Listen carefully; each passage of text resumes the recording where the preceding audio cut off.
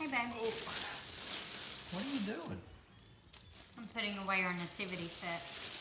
Why in the world would you be doing that on Christmas night? Christmas is over, isn't it? You know, it makes me sad when Christmas is over. I really enjoy our family coming. We get to experience the joy of Christmas. We spend a lot of time together. We eat really good food. I know that's right. But then they open all the presents and then they leave. Well, not all the presents have been opened. What are you talking about? I remember last year how sad you got when everybody left and you just felt like Christmas was over. So I decided to keep one last present for you. Really? What is it then? Well, we'll get to that in a minute. But first I want us to think about what this Christmas season is really about. Think about what? Love. To me, that's what Christmas is all about. Think about all the love you've had the opportunity to share and receive this year. Like the presents we give. Well, it's presents, but it's really a whole lot more than presents. Think about why you gave those presents.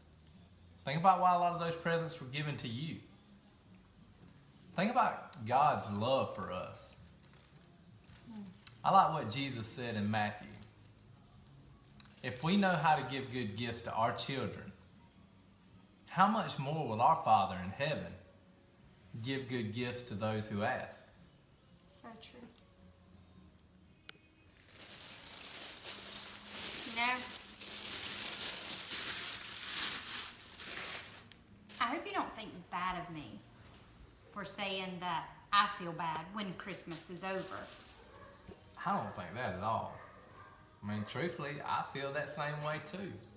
I mean, we both enjoy things like decorations and seeing the joy on someone's face when they open that gift that you have spent time selecting out of love.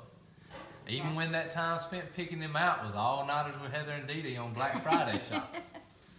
But it's when the house is quiet again and everyone's gone and all the food's ate. It's just time when it gets quiet that there is a sadness sometimes to Christmas. I know, but you kind of knew Christmas was a big deal to me and my family when you married me. I do. I knew that was what it was when I married you. That's why I married you. For your love for people. So, you said something about another gift. As much as you love people, you are one impatient woman. But we're going to get to that later. I still think there's a lot to talk about this Christmas season. One of my favorite things about this Christmas season is this is Cato's last Christmas being in the single digits. He'll be 10 next year. I know. And just continuing to see the joy on his face when he opens his presents. He loved it, didn't he? He loved it. And that makes me smile on the inside too. How will you remember this Christmas season? KB, you know, last year when she got to her presents, she just kind of held them. She didn't know what to do with them. She would pull paper. This year, she tore through those presents. It was so fun to watch her. I agree. I love to see that little girl opening them presents. And all of that will be very memorable. What about your crazy dad and his ideas for family entertainment? That was a little crazy. I couldn't believe when he started family trivia and gave out grocery bags of stuff for prizes. Yeah, but it was practical stuff, and he did it out of love. So, I agree, it was out of love, but don't you think it's kind of unique to get a package of toilet paper or potatoes? practical and funny, maybe. It was was. stuff we could use, okay? I agree, it was practical and funny. I guess he was trying to live out the verses of Jesus from Luke where Jesus said, which of you, fathers, if your son asked for a fish, would give him a snake instead? He wouldn't give us a snake, though. I would hope not. Do you remember that one year I wanted a sconce for Christmas? I was going to put it on the wall. Daddy didn't know what a sconce was, so what does he get me? a skunk. It was terrible. I can't have flames because I really don't know what a sconce is either, but what I remember about that the most is the smell. Well, We didn't get that smell out of the house for 2 weeks. I know. But these are all great memories. I enjoy thinking about it. But you mentioned one last gift. Some things don't change. Before I give you one last gift, I want to give you something to think about. Okay? Have you ever thought about what it must have been like for that first nativity scene to be taken down? No, I don't think I have.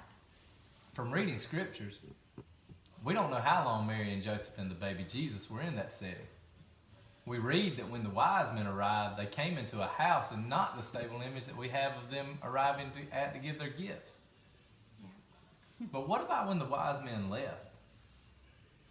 What about when the star no longer was shining over the place where Jesus was born? What about when the shepherds went back to their flocks? Those are all interesting questions. But are they leading to the gift? They are. You know, I have no doubt that when Dr. Smalley wrote the 5 love languages, that he was talking about you when he said gift giving was one of the 5 languages of love. I know, right? As you put this manger away, I want you to remember and think about something PK often reminds us of, that Christmas leads to Easter. God so loved us that he gave us his son.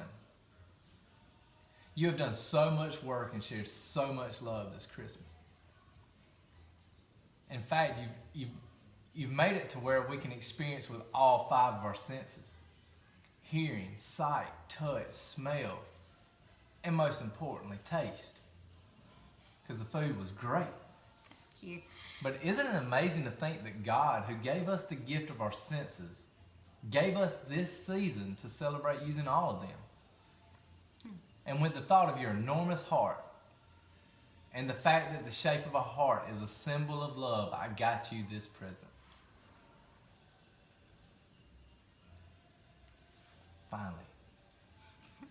I know, right? Oh. A cross and a heart. That's beautiful. I thought of you and your feelings about Christmas and how those feelings are born out of love. And I thought about God and his love for us. And out of that love, Christmas leads to the cross. The season of Christmas may have come to an end, but really, the work of Christmas begins.